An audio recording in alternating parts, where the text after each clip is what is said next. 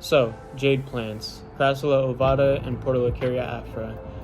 They're relatively easy plants to take care of. They're a part of the succulent family, and I believe they're native to South Africa.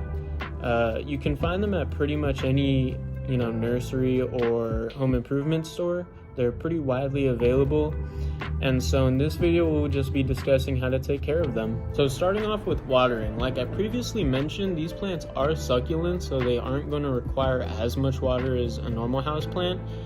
But one of the easiest ways to kill these plants is by overwatering, which will eventually lead to root rot.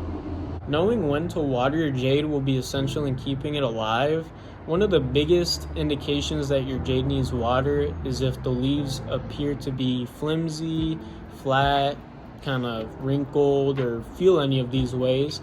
That'll be a very clear indication that your jade needs water. Whereas a jade that's fully hydrated will have very plump leaves, very full leaves. You won't really be able to fold the leaf over itself because it's filled with water. So that's kind of what we're looking for when we're thinking about when we should water our jades.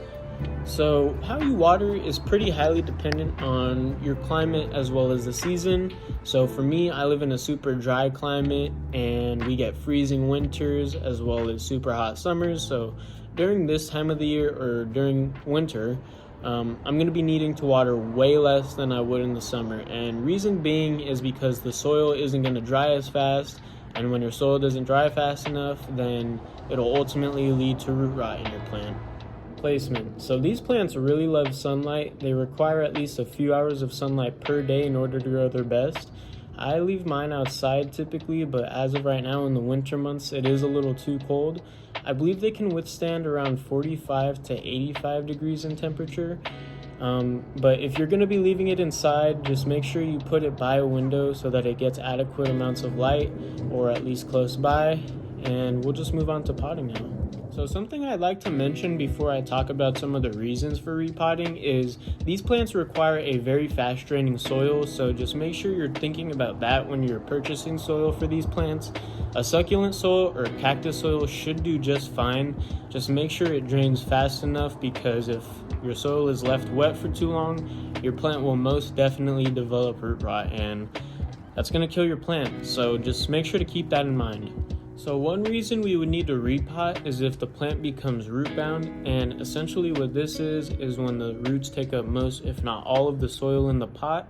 There is really no benefit to leaving it like this.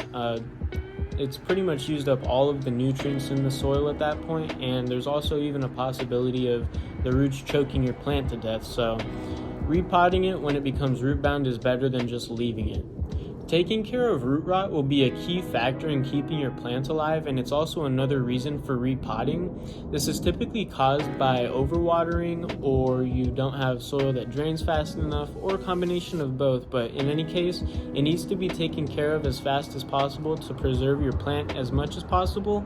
And if not taken care of, then your plant will ultimately die, of course, or you'll just have to make a big cut on it and try and propagate it. Lastly, you might just want to repot your plant into something nicer, but as a general tip, these plants do like tighter spaces, not anything too big, but of course not anything too small.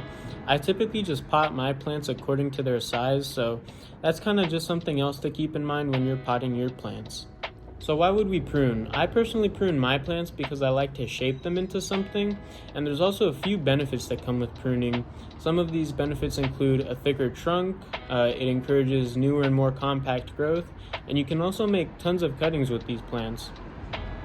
If you're not really into shaping your plant and you kind of just want to let it grow freely, then that's perfectly fine, and there's really no need to worry. So like I kind of just mentioned, these plants are actually really good at making cuttings out of. They're relatively easy to propagate. You kind of just take a cutting and plant it in either soil, or you can put it in water. And within a few weeks or so, it should start to develop roots.